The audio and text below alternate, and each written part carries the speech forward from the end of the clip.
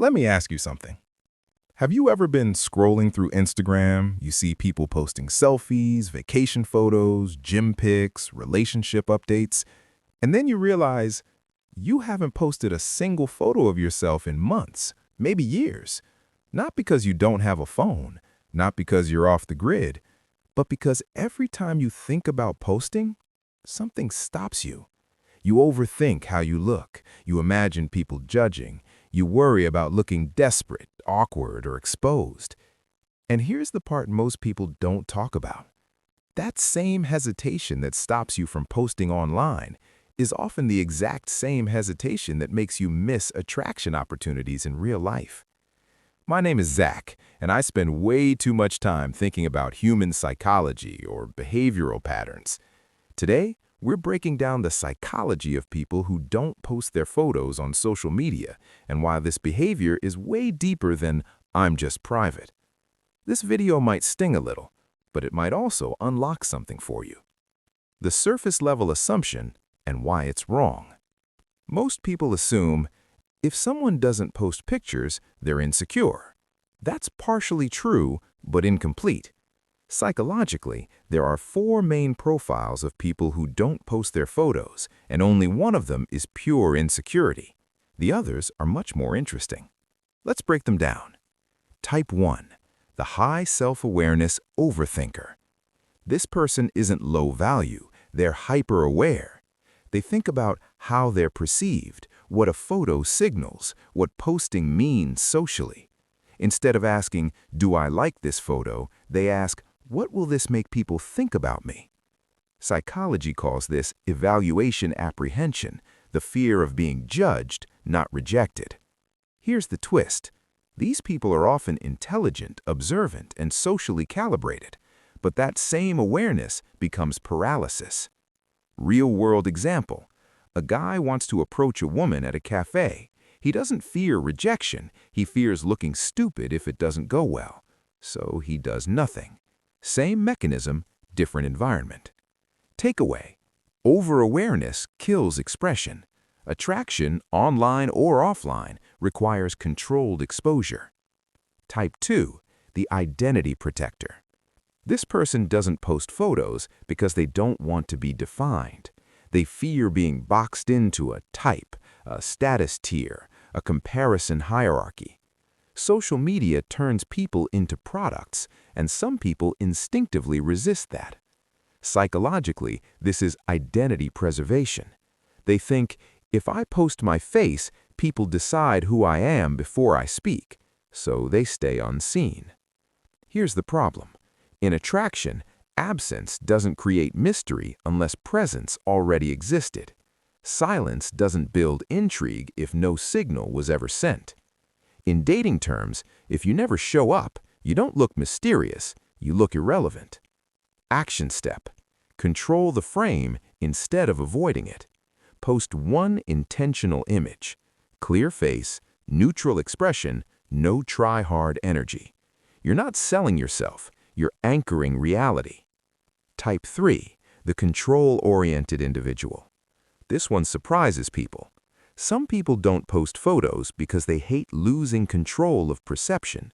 Once a photo's out there, it can be misinterpreted, reposted, judged without context, so they avoid the risk entirely.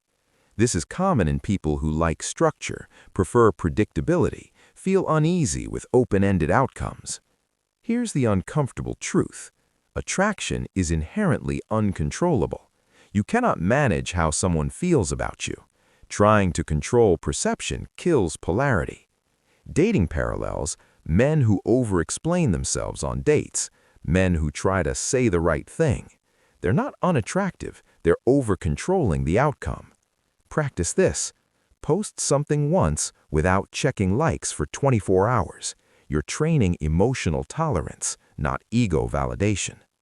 Type 4, the true insecure and how to fix it. Now let's talk about real insecurity. This is when someone avoids posting because they dislike their appearance. They compare themselves constantly. They believe exposure equals rejection. This links directly to self-concept fragility. Their confidence exists only when untested. no photo, no approach, no risk.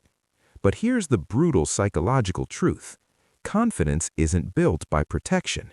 It's built by surviving exposure. You don't become confident before you act. You become confident because you acted and nothing catastrophic happened. Micro-exposure exercise.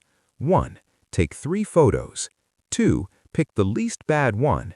3. Post it with 0 caption. 4. Leave it alone. That's not social media advice. That's nervous system training. The attraction myth that needs to die. A lot of men believe, if I look good enough, then I'll post. If I'm confident enough, then I'll approach. Wrong order. Psychologically, action precedes identity. People who post confidently didn't wait to feel ready. They normalized being seen. Same with attraction. You don't approach when confident. Confidence emerges after repeated approach behavior. Why this matters more than you think. Social media behavior mirrors real-life behavior. If you hide online, you likely hesitate in person. You wait for perfect conditions. You avoid emotional exposure. Women subconsciously detect this, not through logic, through behavioral congruence. Presence signals certainty. Absence signals avoidance. Practical techniques you can use immediately. 1. The one-image rule. You don't need a feed. You need one photo that confirms you exist. That's it. 2. The no explanation rule. Never explain why you don't post. Explanation signals internal conflict. Silence is stronger. 3. The exposure transfer. Post, tolerate discomfort, then approach in real life the same day. You're linking courage circuits. 4. The detachment reframe. You are not the image. You are the person who posted the image. This psychological distance reduces fear. Final perspective shift. People who don't post photos aren't broken. They're often too aware, too controlled, too protective of identity. But attraction, online and offline, rewards visible presence, not perfection. You don't need to show everything. You just need to stop hiding. If this video hit a nerve, that's a good thing. Growth always shows up as discomfort first. Start being seen, imperfectly, calmly, intentionally, and watch how your confidence recalibrates in ways motivation never could. If you want more psychology-based insights on confidence, attraction, and real-world social dynamics, subscribe to the channel. Like the video if this helped you.